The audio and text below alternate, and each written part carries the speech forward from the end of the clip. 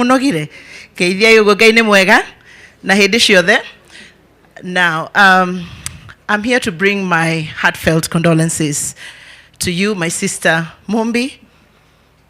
A lot of you may not know this, but Mumbi and I are from Nyeri County. And I know she doesn't remember this, but allow me to remind you. When I was sworn in as Deputy Governor for Nyeri County, the first phone call I got was from one Mumbi Ngaru.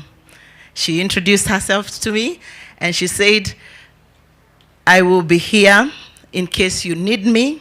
I am only a phone call away. Mumbi, for that honor, I'm truly, truly grateful. Thank you for holding our hands. Thank you. You're the women whose shoulders we stand on. When I heard the Honorable Rachel Shebesh speaking about your past, I said, Mumbi has created a culture of women who are strong, who are principled, and who are consistent in what they believe in. So you took the baton down to Madam Rachel Shebesh, and I can tell you she has done a good job also mentoring me. So for that, I'm truly, truly grateful. To the family of Dr. Ngaru, I lost my father when I was 13 years old. It was a tough moment for me. It was a tough moment for my family. You see, parents are our parents, but individually we grieve the loss of a parent. I just want to refer to you words that were spoken at my father's funeral. The words of 1 Thessalonians 4, verse 13. Because when you lose a parent, you're hopeless. There's a sense of hopelessness that begets you. But I want to encourage you with those words, that even as you mourn, you must mourn as people that believe, because I can see you're well brought up within the confines of church and religion. I pray that you find strength and grace and comfort to take the loss of your father. And as you mourn, remember that there will be a reunion between yourselves and your father. I won't speak much. As you know, now I am a state officer. I am gagged substantially from making political pronouncements, but I want to start by thanking our Lord Bishop for such a fantastic sermon. Did you people love this now sermon the way I liked it? Let us appreciate him. The Lord Bishop, you know, he said here he was struggling with mathematics, and he said that we have, at 60 years old, we have already been sleeping for 20 years. Quickly, I started to calculate. The life expectancy of any Kenyan right now stands at 67.7. That is, if you round it off, that's 68 years. So at 60 years old, Lord Bishop, you only have 8 more years to plan for if you're a Kenyan. Out of those 8 years, if you're going to do that arithmetics of sleeping for 8 hours, you only have 6 years to live. And therefore, thank you for reminding us to number our days and make them count. And if there's a gentleman who knows how to number his days and make them count, it is one, the Right Honorable Raila Amolo Odinga. If there's anybody whose every day counts for something, it is this gentleman, this great man who sits with us today.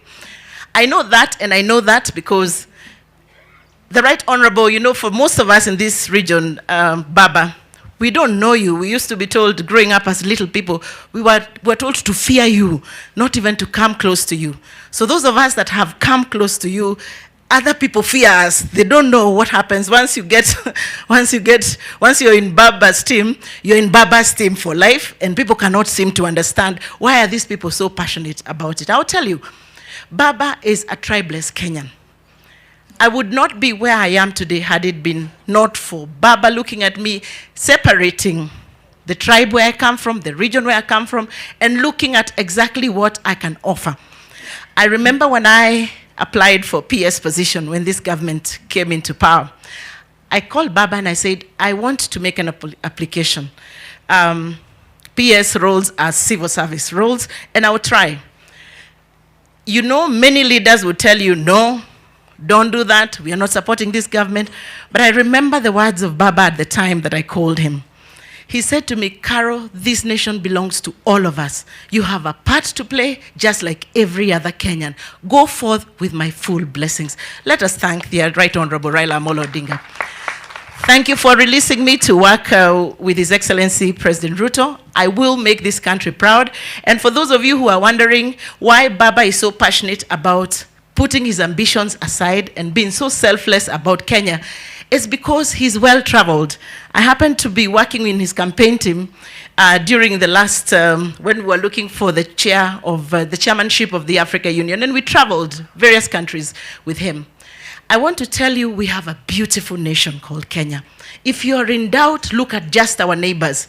Look at what is going on in South Sudan. Look at Somalia. Look at DRC. In fact, I want to tell you, I sat in my first meeting in Arusha last week, and the stories coming from across the region. People could not even attend meetings because they cannot leave their offices, they cannot leave their countries because of the security situation.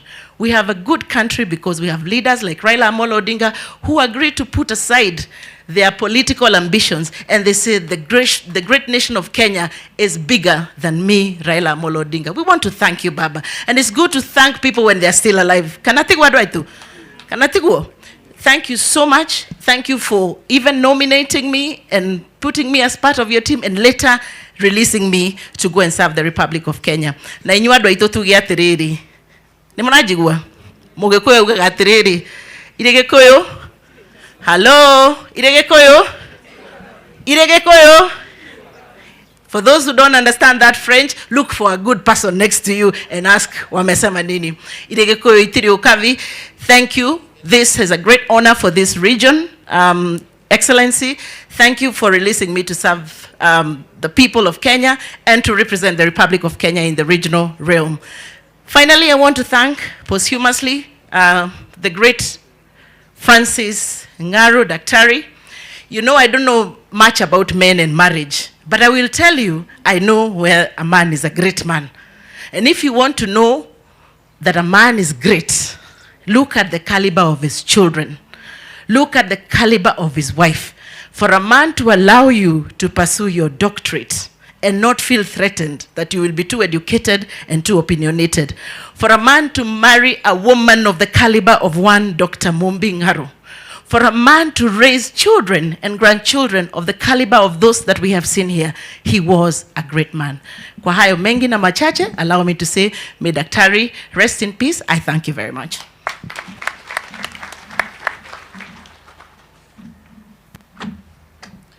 Very well, thank you, Daktari, and we wish you well in your new posting. Your Excellency, allow me to acknowledge the presence of Senator Hamida Kibwana. Thank you for joining us.